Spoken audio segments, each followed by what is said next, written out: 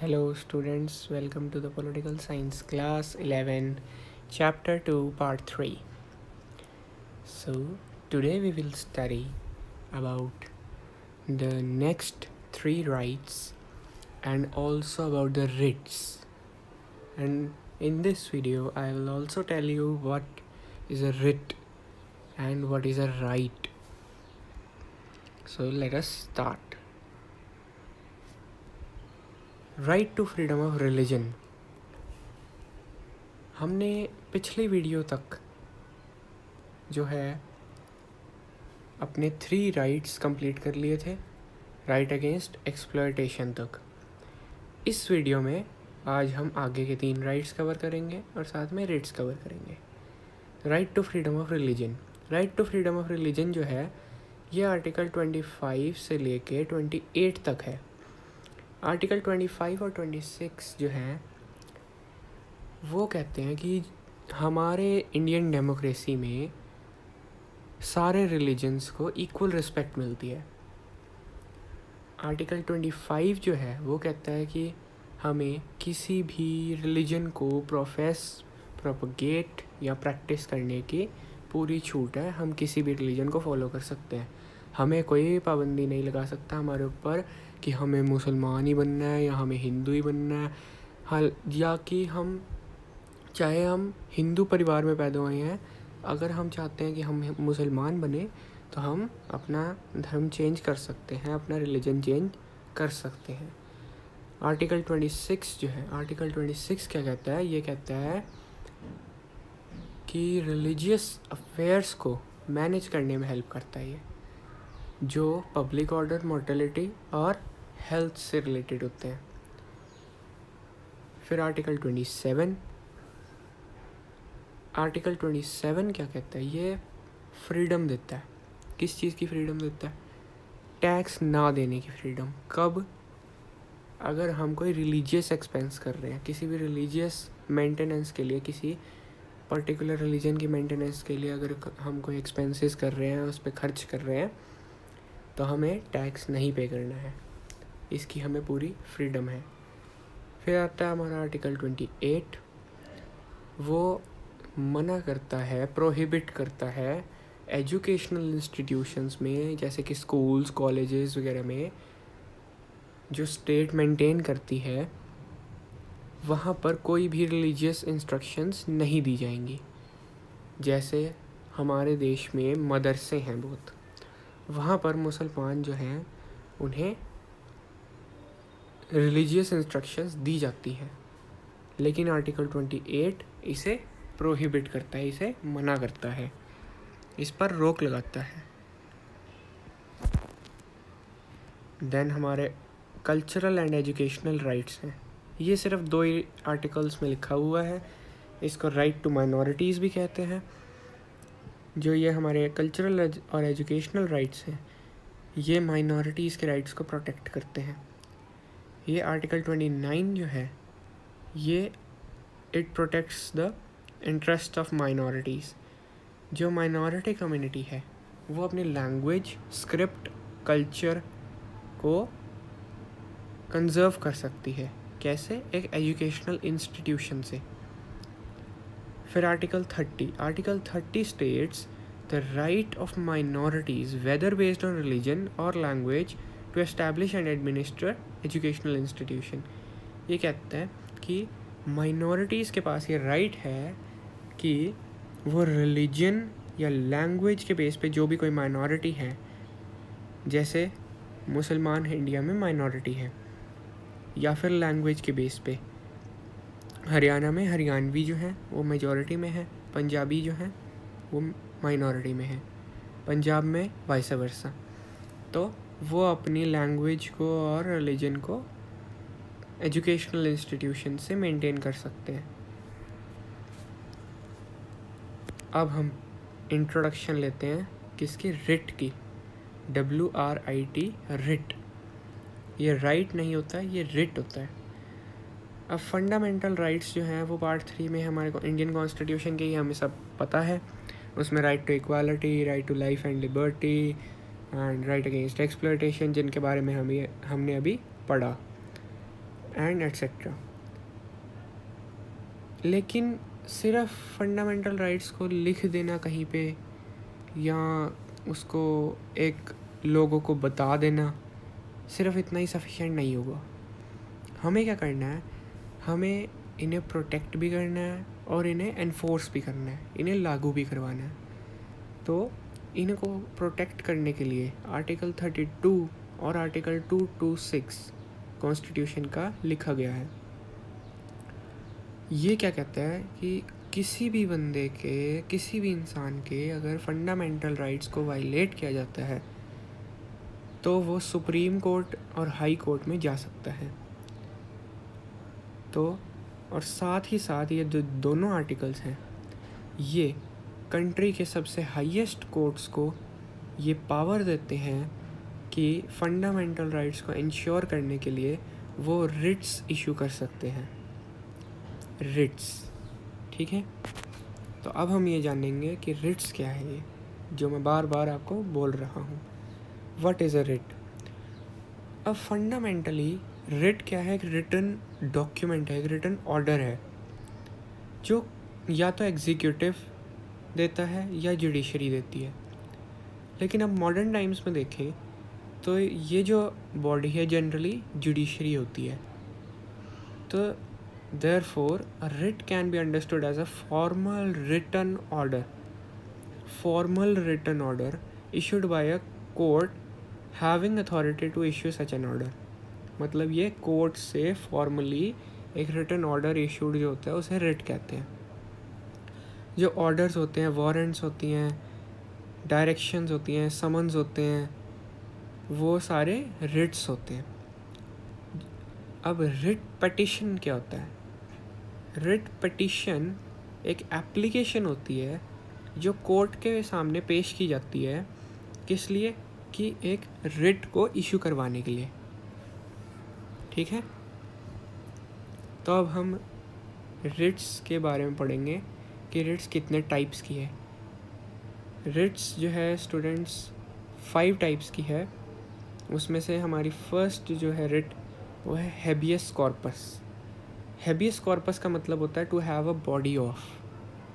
जो ये रिट है ये किस लिए होती है? ये एक उस इंसान को बचाने के लिए, उसको रिलीज़ करने के लिए होती है जो अनलॉफुली डिटेन या इम्प्रिजन कर दिया जाता है, जिसको लॉ के विरुद्ध, लॉ के अनुसार ना होकर के उसे जेल में डाल दिया जाता है।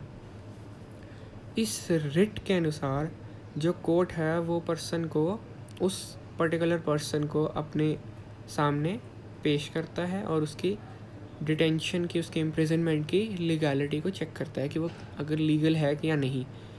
अगर कोर्ट को ये पता लगता है, आखिरी में उसको पता चलता है, उसका ये फैसला आता है कि जो डिटेंशन थी वो अनलॉफुल थी, जो इम्प्रिजनमेंट थी वो अनलॉफुल थी, तो इसके पास ये पूरी पावर है कोर्ट के पास कि वो पर्सन को रिलीज़ करने का साथ के साथ ऑर्डर दे दे।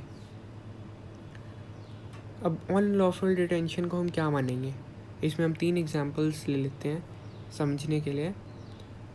या तो जो डिटेंशन है वो प्रोसीजर के अनुसार नहीं हुई।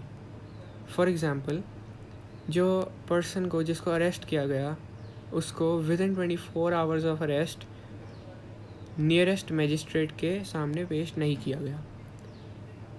यहाँ हम सेकेंड इंस्टेंस ले सकते हैं कि पर्सन जो है वो who was arrested when he did not violate any law. मतलब उसने कोई गुनाह किया ही नहीं, फिर भी उसे अरेस्ट कर लिया गया।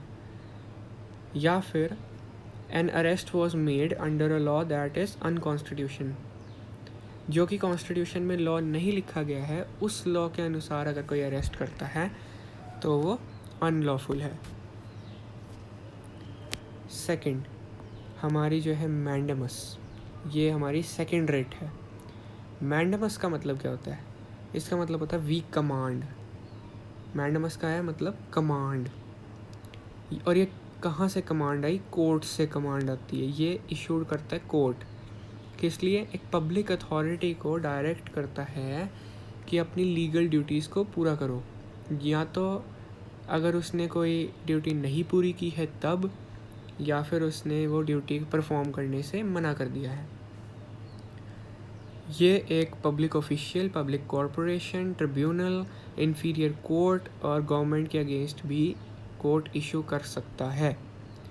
लेकिन ये प्राइवेट इंडिविजुअल या बॉडी या प्रेसिडेंट, गवर्नर्स या चीफ जस्टिस के अनुसार के अगेंस्ट ये इशू नहीं हो सकती। हमारी थर्ड जो रिट है वो है सारोरी। इसका जो स्पेलिंग्स हैं वो सर्टी और आरी लगते हैं, लेकिन ये सर्टी और आरी नहीं है। इसकी प्रोनंसिएशन जो है, करेक्ट प्रोनंसिएशन, वो है सारोरी। तो सारोरी ये एक इम्पॉर्टेंट रिट है। इसका मतलब होता है सर्टिफाई। तो सारोरी जो है वो एक क्यूरेटिव रिट है।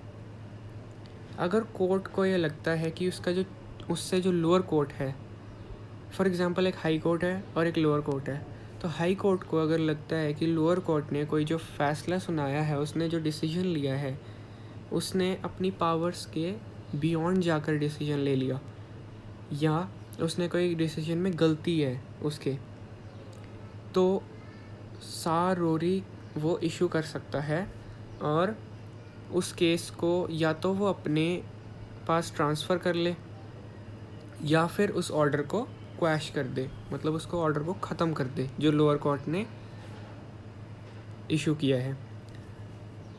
ये था सारोरी। फिर फोर्थ हमारी रिट जो है वो है prohibition. A writ of prohibition is issued by a court to prohibit the lower courts. जो प्रोहिबिशन होती है वो लोअर कोर्ट्स को प्रोहिबिट करने के लिए एक बड़े कोर्ट से इशू की जाती है, या क्वासी जुडिशियल अथॉरिटीज़ को, ट्रिब्यूनल्स को प्रोहिबिट करने के लिए की जाती है। क्यों की जाती है? ताकि वो अपनी अथॉरिटी, अपनी पावर के बियॉन्ड जाकर कोई काम ना करें। और it is issued to direct inactivity, मतलब ये किसी काम के ना होने के लिए इशू होती है। जबकि मैंडमस जो है, सेकेंड रिट जो है, वो किसी एक्टिविटी के लिए इशू होती है।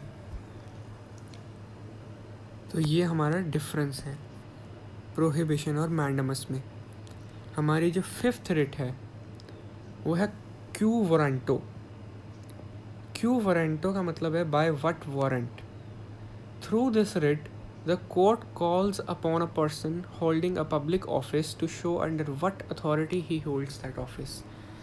मतलब इस रिट में जो कोर्ट होता है वो पब्लिक ऑफिस के, जो होल्ड कर रहा है पब्लिक ऑफिस को, उसको कॉल करता है और उसको कहता है कि तुम शो करो कि तुम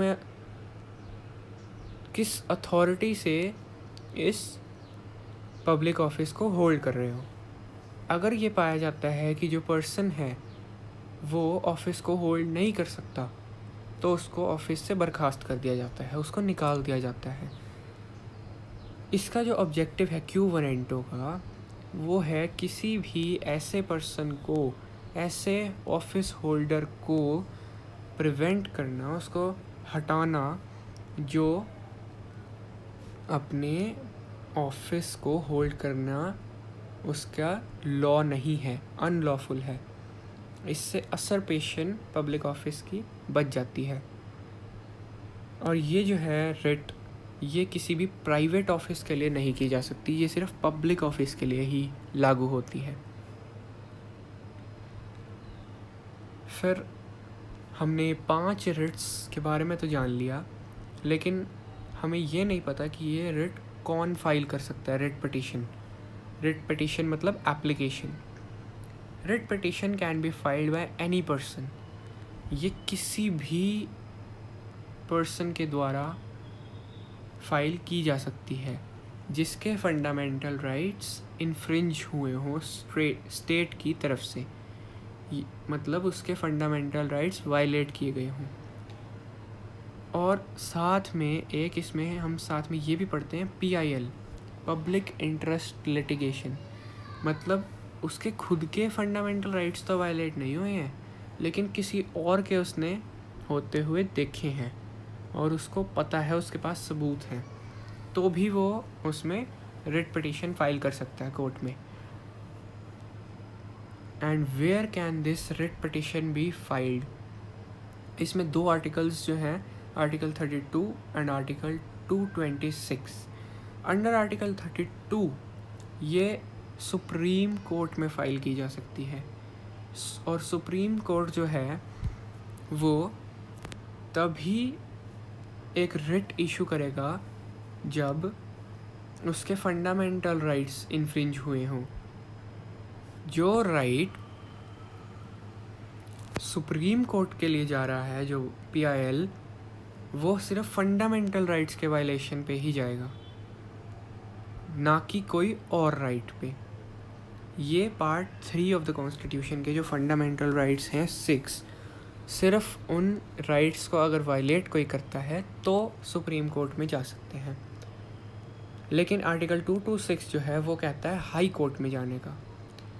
उसमें जो है या तो फंडामेंटल राइट्स भी हो सकते हैं या कोई और राइट्स भी हो सकते हैं। It is immaterial if the authority against whom the writ petition is filed is within the territory or not। इसमें कोई ऐसा वो नहीं देखा जाता है कि वो जिसके अगेंस्ट ये पिटिशन जा रहा है वो टेरिटरी में है या नहीं। The power of the high court to issue a writ is much wider than that of supreme court. ये बहुत इम्पॉर्टेंट बात है कि जो हाई कोर्ट की पावर है रिट पिटिशन को इशू करने की, रिट इशू करने की, वो सुप्रीम कोर्ट से भी ज़्यादा है। तो हाई कोर्ट जो है वो ग्रांट कर सकता है एक रिट को for the enforcement of fundamental rights और for any other purpose to, such as violation of any statutory duties by a statutory authority. Thus, a writ petition filed before a Supreme Court can be filed against a private person too। Okay? तो इस video में हमने आज Ritz के बारे में पढ़ा और अपने राइट्स को भी कंप्लीट कर लिया। ये जो रिट्स हैं ये कॉन्स्टिट्यूशनल रेमेडीज़ में आते हैं। ये हमारा 6th फंडामेंटल राइट है। इसकी आज हमने एक्सप्लेनेशन पढ़ ली है। Thank you and do subscribe my channel।